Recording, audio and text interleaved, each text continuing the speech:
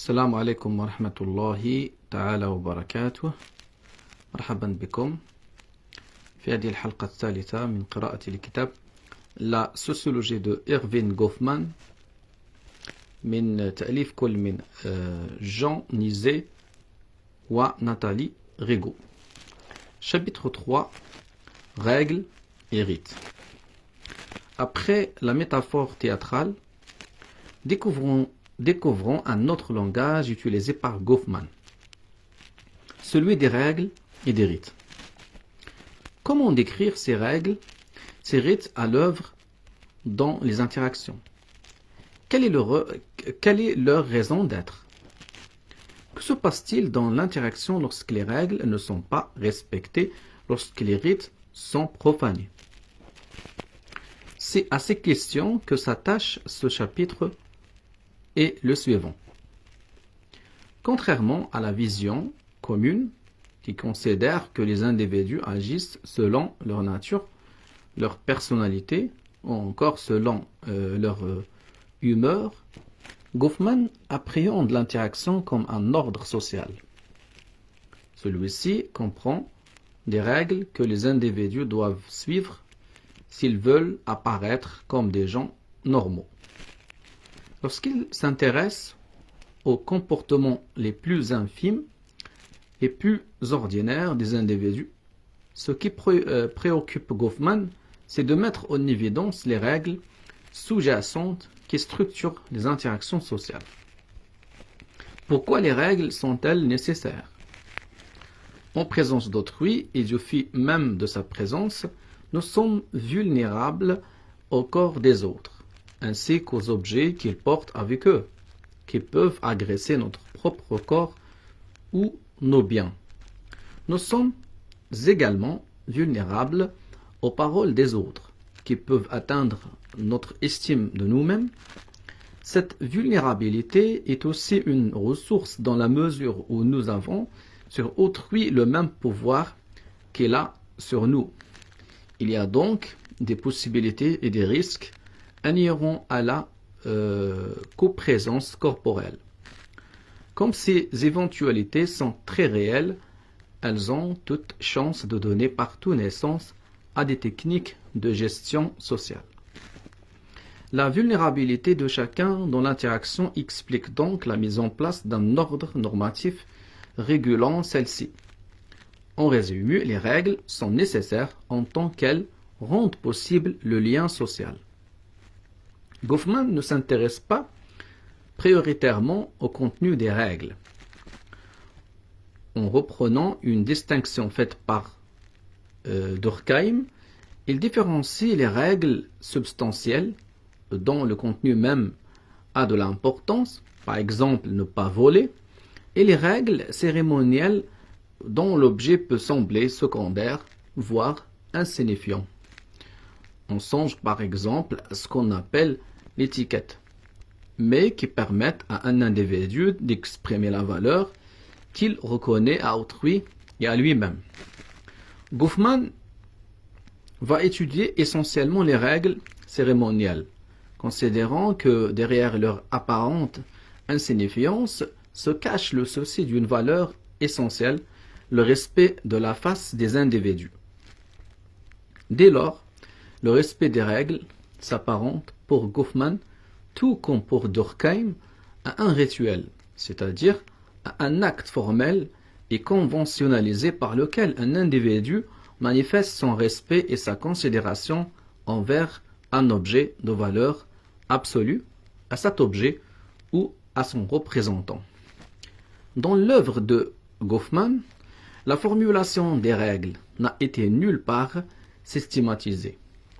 L'ensemble de règles que l'on présentera ici, sans prétention à l'exhaustivité, part de la présentation dans les rites d'interaction, 1967, un ouvrage intitulé Les rites d'interaction. En la complétant des apports issus d'autres ouvrages, essentiellement son ouvrage Les relations en public, publié en 1963, Behavior in Public Places, 1963 et Façon de parler 1981 pour la traduction. Partons de ce qui constitue pour Goffman la règle fondamentale que doit respecter tout individu dès lors qu'il est en interaction avec d'autres. Préserver sa face et celle de ses partenaires. Section Préserver sa face et celle d'autrui. Nous verrons ensuite que cette règle suppose que l'on affiche en présence des autres une certaine attention à ce qui se passe. Autrement dit, qu'on montre un certain engagement dans l'interaction qui varie en fonction du type d'interaction dans lequel on est impliqué. Section L'engagement.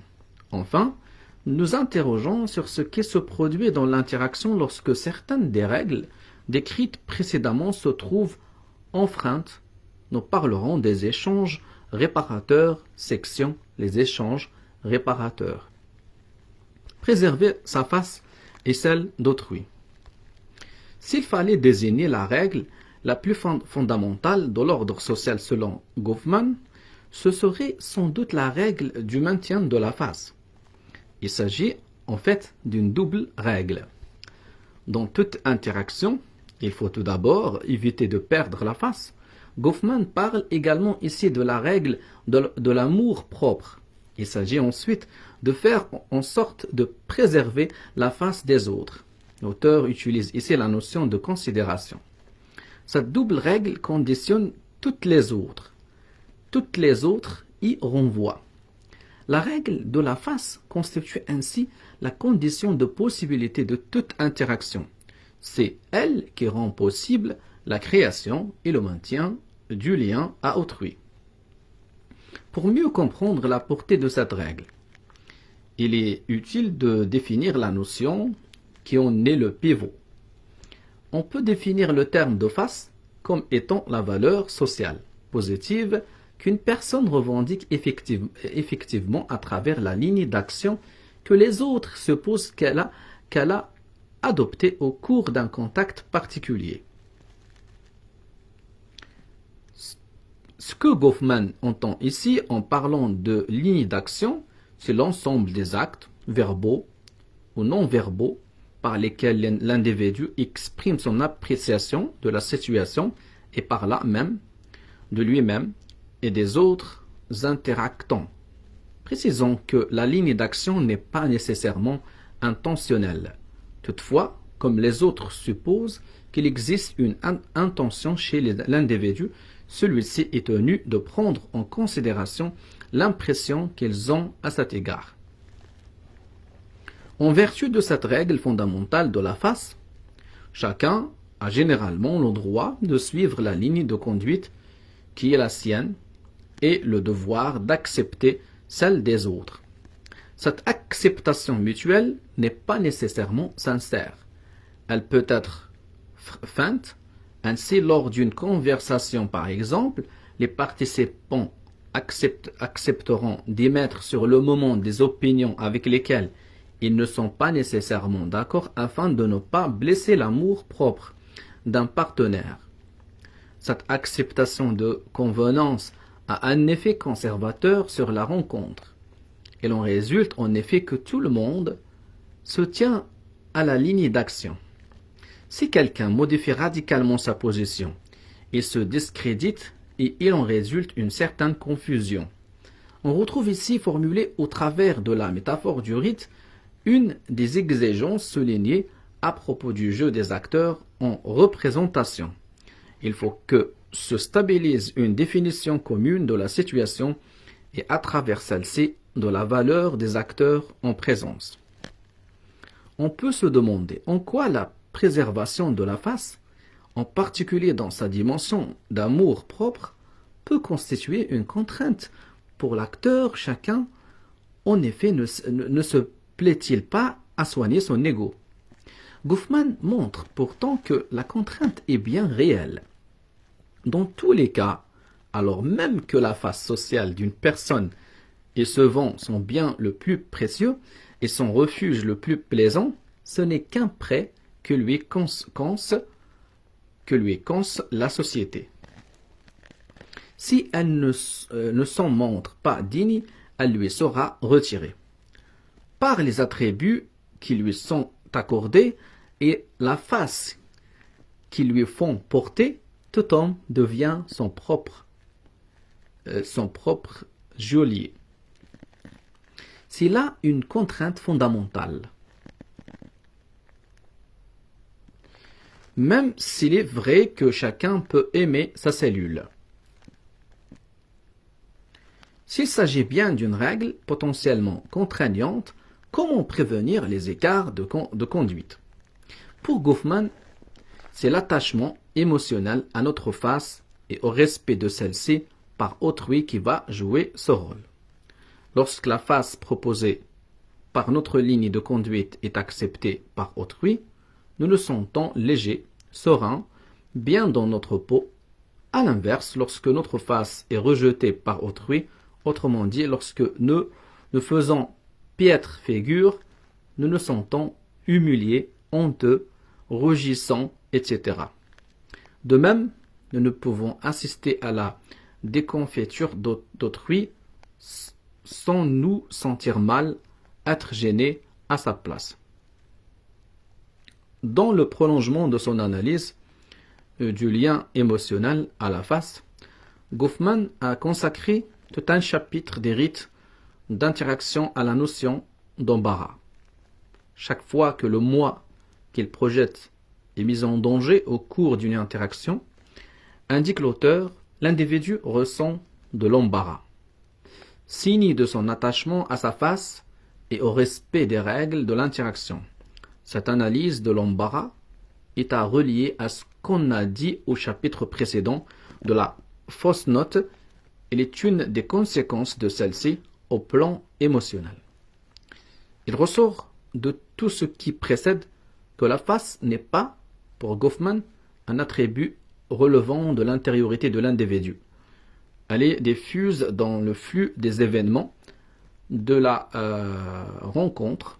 En effet, elle ne reflète pas uniquement la ligne de conduite adoptée par la personne.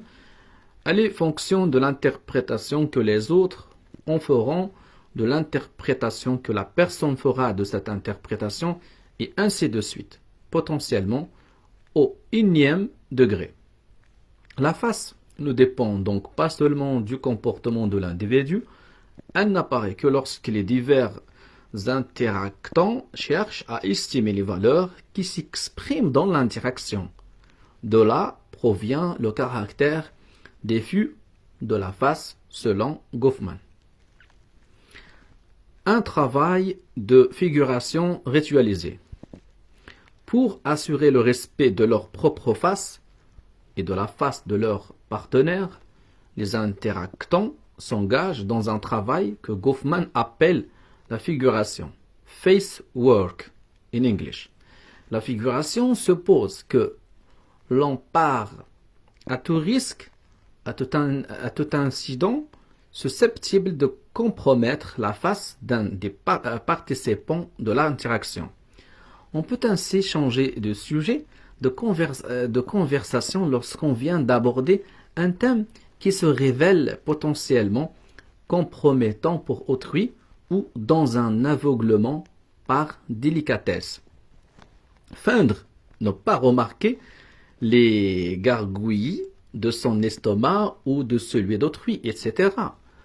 Tous les individus ont une certaine pratique de la figuration, mais certains y excellent plus que d'autres.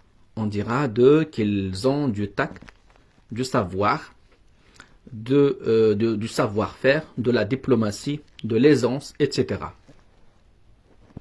Les pratiques de figuration sont le plus souvent codifiées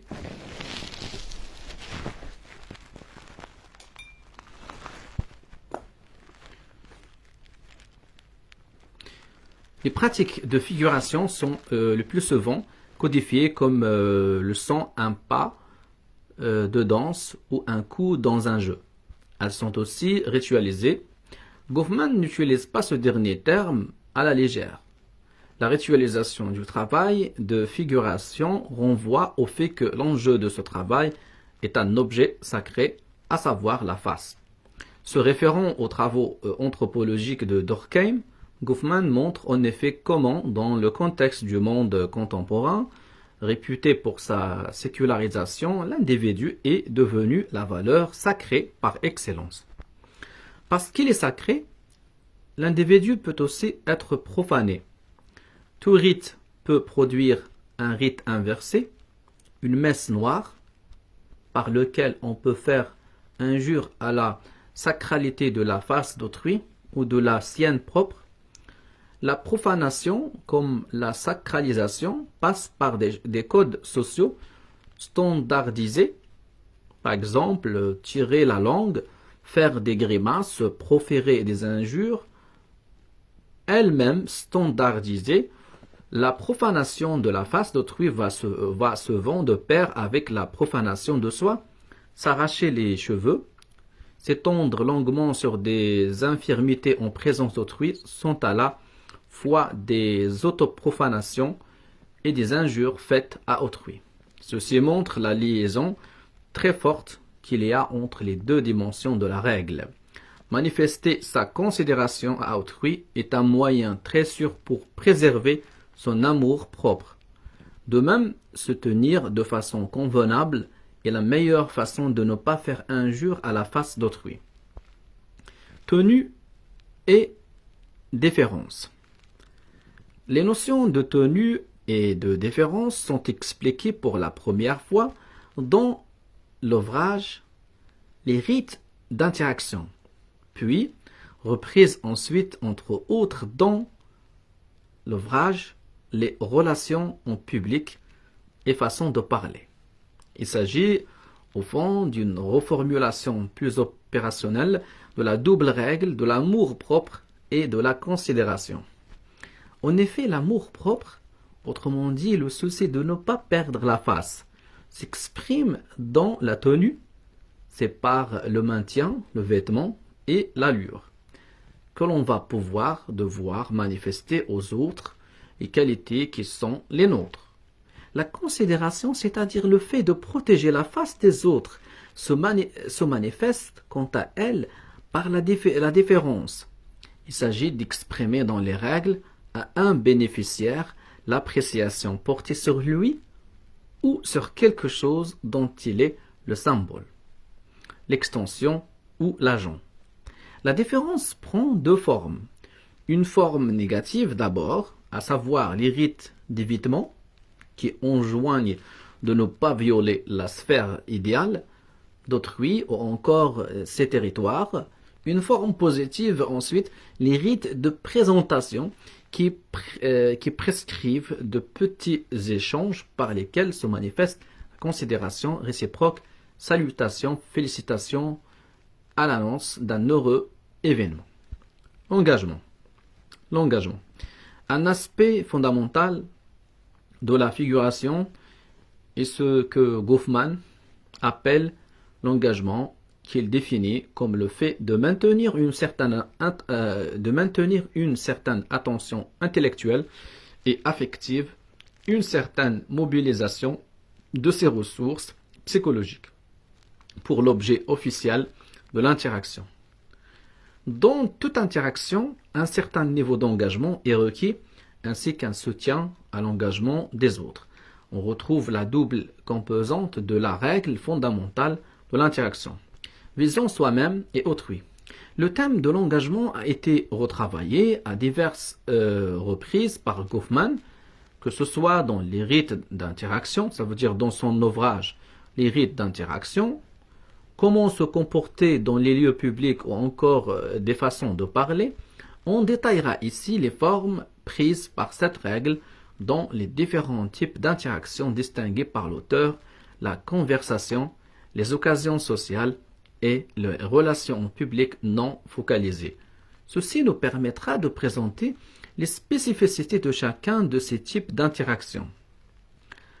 L'engagement dans la conversation. Parler de l'engagement dans la conversation nous donne l'occasion de jeter un éclairage sur la contribution de Goffman à l'analyse du langage. Comment Goffman définit-il la conversation? Il pointe certes comme une des composantes de cette notion les échanges de messages verbaux, rejoignant ainsi la conception que l'on a généralement de ce qui est une conversation. Mais il insiste surtout sur les mouvements du corps, les gestes, les regards, bref, sur les comportements non verbaux par lesquels les acteurs en présence règlent l'engagement des uns et des autres. Dans toute société, chaque fois que surgit la possibilité matérielle d'une interaction verbale, on voit entrer en jeu un système de pratiques, de conventions et de règles, de procédures qui sert à orienter et à organiser le flux des messages émis. Les participants se servent d'un ensemble de gestes significatifs afin de marquer la période de communication qui commence et de s'accréditer mutuellement. Lorsque les personnes effectuent cette ratification réciproque, on peut dire qu'elles sont en conversation. Autrement dit, elles se déclarent et officiellement ouvertes les unes aux autres en vue d'une communication orale et garantissent conjointement le flux de paroles. Il existe également des gestes significatifs grâce auxquels un ou plusieurs nouveaux participants peuvent officiellement se joindre à la conversation ou sont retirés et d'autres qui permettent de clore l'échange, souligné par l'auteur. On le voit dans cet extrait, les limites de la conversation sont liées à la manière dont évolue l'intention des interactants. Elles sont donc liées à leur engagement. Autrement dit, l'engagement a un rôle constitutif de l'épisode conversationnel. Il est une des façons de préserver les faces en présence. Pour préserver l'engagement de chacun, nous explique encore Goffman, il convient d'éviter les trop longs silences, car ils risquent de trahir que l'on n'a rien en commun ou que l'on est incapable de trouver quoi se dire. De là l'existence dans tous les milieux sociaux de ressources sur ces thèmes de conversation toujours disponibles et de nature à susciter ou à maintenir un certain engagement de la part d'autrui. Inégalité de genre dans les actes de langage. Dès le début de son œuvre, Goffman s'est intéressé à la conversation comme une modalité d'interaction particulière. Cet intérêt ne s'est jamais démenti, prenant même un caractère plus systématique à la fin de sa vie, ce dont témoigne son dernier ouvrage, Façon de parler. Nous présentons ci-dessous différents aspects de ce recueil d'articles. Ainsi, dans les analyses partant sur les occasions sociales, nous reprenons un aspect de la conférence. Lorsque nous traitons des interactions publiques non focalisées, nous évoquons le cas particulier du soliloque étudié dans le chapitre exclamation. Les cadres d'analyse proposés par Goffman ont été mobilisés notamment par des auteurs féministes pour analyser les formes d'asymétrie qui se présentent dans les conversations entre partenaires de sexes différents. Candace West, par exemple, en 2012, résume ces analyses qui montrent notamment que dans des conversations informelles, lors de moments de détente à la maison, les femmes manifestent une attention continue à ce que disent les hommes. Oui, oh, etc. Les hommes, en revanche, interviennent en soutien de leur partenaire de manière plus rare à la suite d'un silence ou la fin de toute une séquence. D'autres recherches montrent que les hommes interrompent beaucoup plus fréquemment les femmes que l'inverse.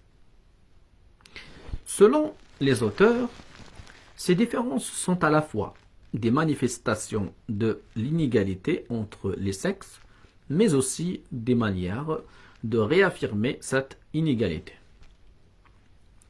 Goffman considère que la règle de l'engagement dans la conversation n'est pas facile à respecter. Lorsqu'elle l'est, estime l'auteur, l'interaction marche et joyeuse. En revanche, lorsque la rencontre ne réussit pas à retenir l'attention des participants mais ne les délivre pas de l'obligation de s'y engager, les personnes présentes se sentent mal à l'aise. Pour elles, l'interaction ne marche pas.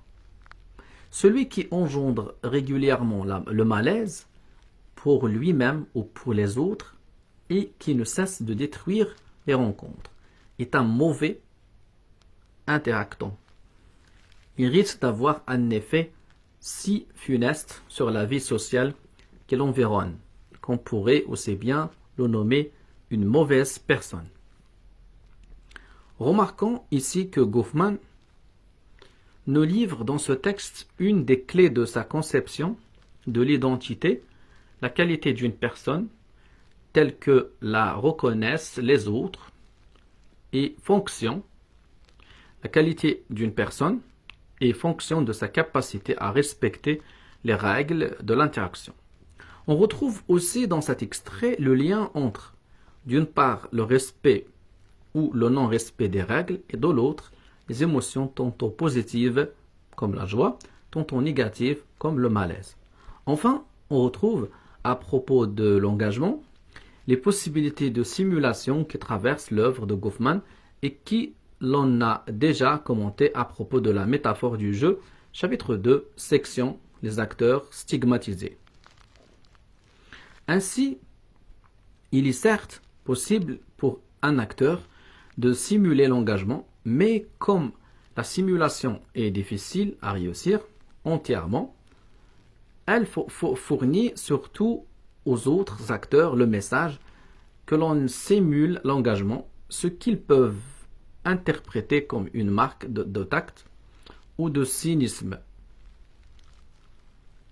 Un acteur peut aussi simuler le désengagement, donc l'ennui, par exemple pour masquer son embarras dans une conversation qui le met mal à l'aise. Les ressources sûres. L'extrait qui suit est issu de la thèse de doctorat de Goffman, 1953, page 106-107. L'auteur y décrit les différents moyens utilisés par les habitants de l'île observés pour maintenir l'engagement dans l'interaction. Sur l'île, Goffman dit, sur l'île de Dexon, la prise que les deux bateaux de pêche locaux ramenaient ou ne ramenaient pas fournissait fréquemment l'objet de commentaires. Au printemps, les âneaux et les poulains étaient également des sujets sûrs, puisqu'il était entendu que personne ne pouvait rester indifférent à leur charme. Tous ceux qui, sur l'île, avaient eu un accident, avaient été malades, étaient morts ou s'étaient mariés, étaient systématiquement exploités pour d'autres lors de leur menue conversation. Une maladie étalée sur quelques semaines était particulièrement utile car les interlocuteurs pouvaient s'interroger plusieurs fois par jour sur l'état de santé du malheureux tout en offrant leur sympathie. Le temps était très souvent commenté à Dexon. Pour les fermiers, bien sûr, le temps est une contingence importante, mais il y avait plus que cela.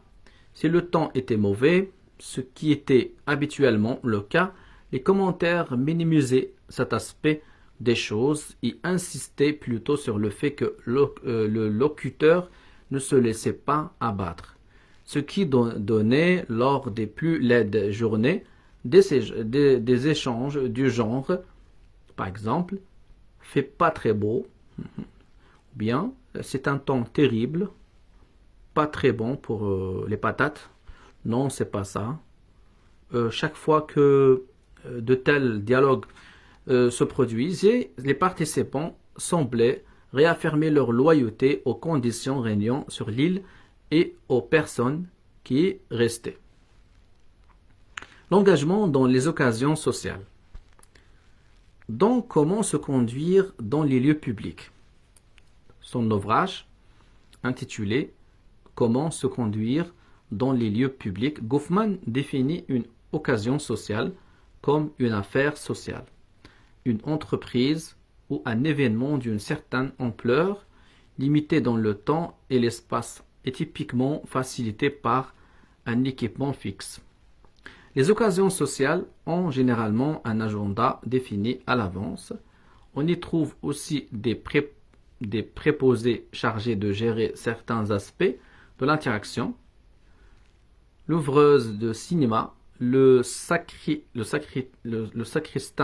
à la messe, le videur dans une boîte de nuit. La portée des occasions sociales pour appréhender la société dans son ensemble ne peut être sous-estimée. Certains font partie de programmes institutionnels, cérémonies d'investiture, de remise de diplômes. Cérémonie d'investiture, par exemple, de remise de diplômes, ou marquent des moments clés du cycle de vie, par exemple mariage, enterrement, du calendrier, par exemple, fête de fin d'année, ou de la vie politique. Elles sont souvent connectées à de plus grandes communautés religieuses, sportives, nationales, et liées l'une à l'autre. Goffman lui-même insiste sur leur importance. Un rassemblement social pourrait n'être qu'une infime tête d'épingle de l'organisation sociale, mais si minuscule soit-elle, la sociologie a de bonnes raisons d'en faire un thème d'enquête et d'analyse. Contrairement aux conversations, les occasions sociales n'impliquent pas que des paroles soient échangées. Elles nécessitent néanmoins toujours un engagement qui peut alors se manifester uniquement par le corps, plus précisément par la communication non verbale qu'il diffuse. Qu'un individu le veuille ou non, estime Goffman, son corps, en présence d'autrui, ne peut pas ne pas communiquer. Ça, c'est important. Qu'un individu le veuille ou non, estime Goffman, son corps, en présence d'autrui, ne peut pas ne pas communiquer. Que ce soit par la façon dont il est habillé, sa posture, l'expression du visage, les gestes qu'il effectue, le corps communique toujours. Cette communication de l'engagement se fait différemment suivant les cultures, les groupes sociaux, etc. Ainsi, le respect que l'on témoigne lors d'une cérémonie religieuse peut par exemple se manifester par le fait de mettre ou au contraire d'ôter son chapeau. L'engagement du conférencier. Lors d'une conférence intitulée « La conférence », prononcée à l'université du Michigan en 1976 et publiée ultérieurement dans le livre « Façon de parler », Goffman analyse la spécificité de cette occasion sociale et en particulier, pour l'extrait qui suit, le type d'engagement requis par le conférencier, ses effets sur l'identité des interactants en présence et finalement sur la définition de la réalité. Qu'est-ce donc encore une fois que le conférencier apporte avec lui sur le podium? Bien sûr, il y a son texte, mais quels que soient les mérites intrinsèques de celui-ci, les lecteurs d'une version imprimée y auraient tout autant accès, tout comme à la réputation de l'auteur. Ce que le conférencier apporte à ses auditeurs, en plus de tout cela, c'est un surcroît d'accès à sa personne et son dévouement à l'événement présent. Il s'expose à l'auditoire et se consacre à l'occasion. Dans les deux sens, il se donne à la situation. Et tout ce travail rituel se fait sous couvert de transmettre son texte. Personne n'a l'impression que le rituel est devenu une fin en soi. De même que le contenu manifeste du rêve permet d'en tolérer le contenu latent, de même la transmission d'un texte permet d'accomplir les rites de la représentation. Ce que l'auditoire ressent chez un conférencier estimé comme étant de l'intelligence, de l'esprit et du charme, ce qu'il lui impute comme caractère lui appartenant en propre, tout cela se révèle être engendré par ce que lui, le conférencier, fait pour se mettre réellement à la disposition de l'événement et de ses participants pour s'ouvrir à lui et à eux en y subordonnant tout le reste de sa personne. En même temps, l'animateur invite l'auditoire à adopter la même attitude à l'égard du texte. Invite transmise par la manière détendue d'égal à égal dont il parle de son sujet. Or, voyez cette attitude face au texte est de celle que les membres de l'auditoire sont tout disposés à prendre, car elle donne crédit au monde du texte tout en démontrant que des gens comme eux sont parfaitement capables de l'apprécier et n'en sont nullement rabaissés. Mais ceci, mesdames et messieurs, n'est pas la fin de l'histoire. D'aucuns iraient plus loin. Le texte offre aux conférenciers une couverture sous laquelle peuvent s'accomplir les rites de la représentation. Fort bien, mais ces excentricités, pourrait-on dire, lui apportent à lui et à l'auditoire une récompense encore plus grande que toutes celles décrites jusqu'à présent. Conférenciers et auditoires s'unissent pour affirmer une unique proposition. Ils s'unissent pour affirmer que la conférence peut refléter, exprimer, esquisser, dépeindre, sinon affronter le monde réel et qu'au fond des choses, il existe quelque part un monde réel structuré plus ou moins unitaire qu'il est possible de comprendre. C'est là, somme toute, ce qui distingue les conférences des apparitions sur la scène qui sont ouvertement du spectacle. C'est en ce sens que tout conférencier, par le seul fait d'oser se présenter devant un auditoire, est un fonctionnaire du pouvoir cognitif. On ne peut connaître l'engagement intérieur d'un individu. On s'en tient donc, pour vérifier le respect de la règle, aux manifestations extérieures de celui-ci. Ce qui compte, c'est l'engagement que les autres croient que l'individu maintient et que celui-ci croit qu'il manifeste. L'engagement dans les interactions en public non focalisées. Goffman nomme interaction en public non focalisée les interactions sans objet officiel, résultant de la simple coprésence de plusieurs individus dans des lieux publics. C'est le cas, par exemple, de la circulation pédestre sur le trottoir d'une ville ou de l'attente dans un hall de gare, etc. Un engagement est requis également dans ce type d'interaction. Il va prendre deux formes apparemment contradictoires, entre lesquelles l'individu va devoir trouver un équilibre.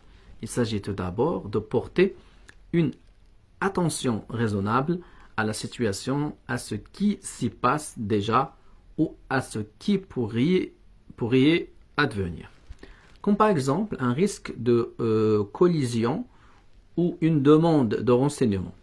Mais il s'agit en même temps de manifester une inattention polie, civil inattention, aux personnes en présence, leur garantissant un anonymat, loin de notre curiosité ou de quelques dessins que nous forgerions à leur endroit.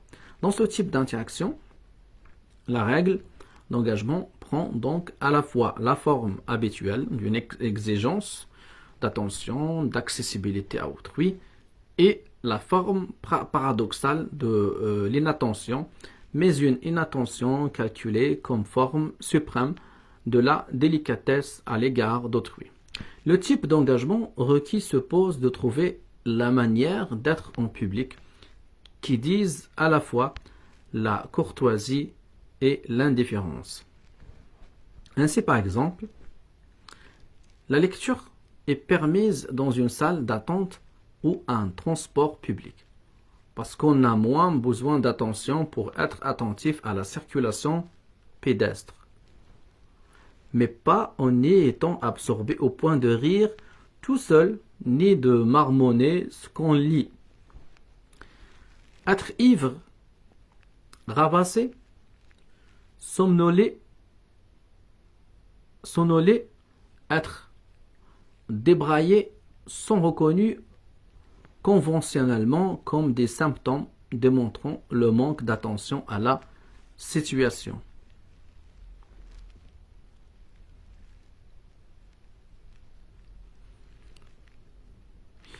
Il en est de même du fait de soliloquer, auquel Goffman consacre tout un chapitre de son ouvrage Façon de parler.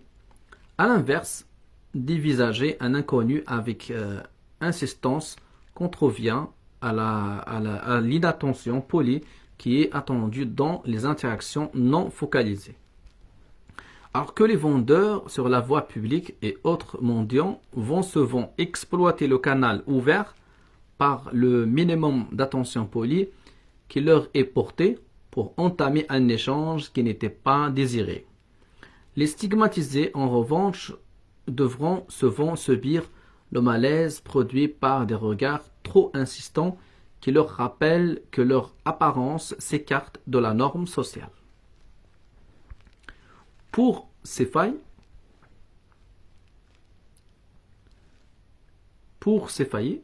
Goffman ne propose par ses règles de l'engagement dans les interactions en public non focalisées une écologie morale et politique de la vie urbaine qui dessine les contours d'un ordre public.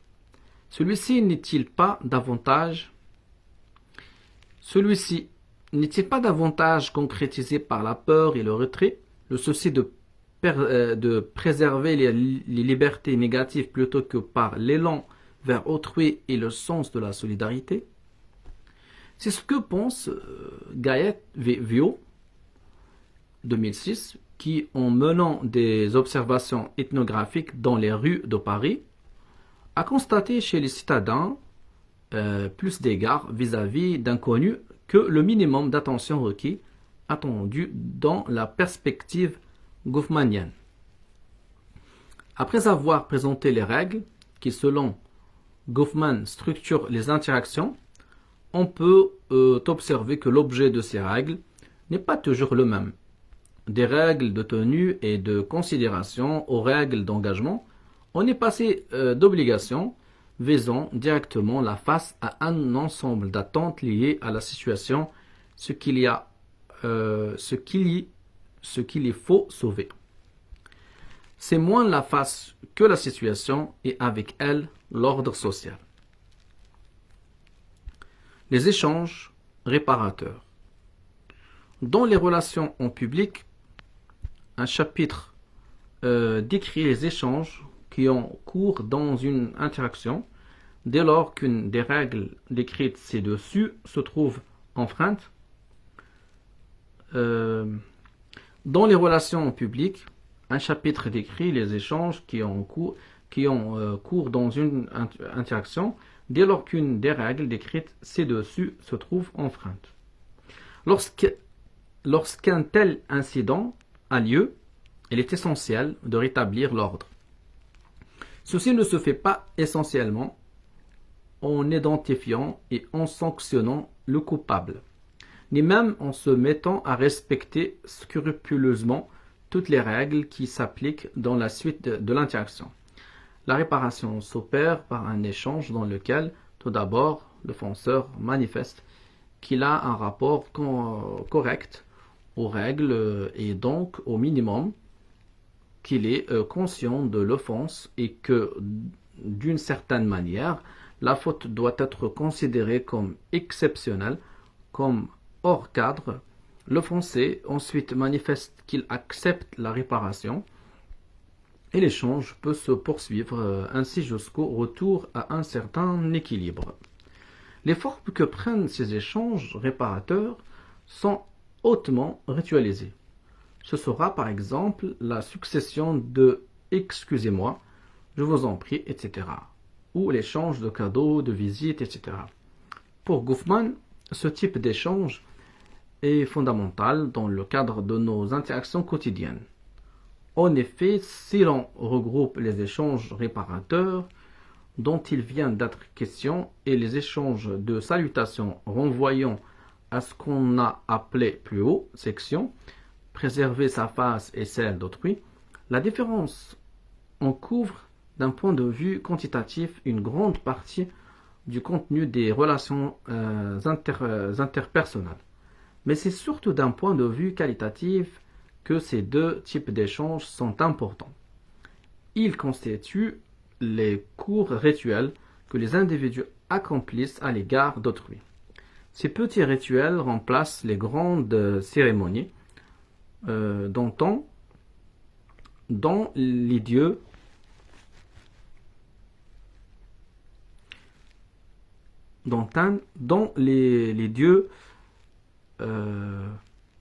les dieux étaient les bénéficiaires. Dans la société contemporaine, les rituels adressés aux représentants d'entités surnaturelles sont partout en déclin, de même que les grandes cérémonies avec leur long chapelet de rites obligatoires. Il ne reste que de courts rituels qu'un individu accomplit pour et envers un autre. Il ne reste en bref que des rituels interpersonnels. Ici, comme souvent lorsqu'il analyse les interactions en termes de rituels, Goffman s'inscrit dans la tradition durkheimienne. Dans cette perspective, règles et rites apparaissent comme étant extérieurs aux consciences individuelles et exerçant sur elles une contrainte selon la définition durkheimienne du fait social. Et parce que les règles sont sociales, toujours dans la logique durkheimienne, elles peuvent conférer un caractère sacré à celui qu'elles élisent, en l'occurrence l'individu. Elles peuvent conférer un caractère sacré à celui qu'elles élisent, en l'occurrence l'individu. Nous reviendrons sur cette filiation durkheimienne au chapitre 6.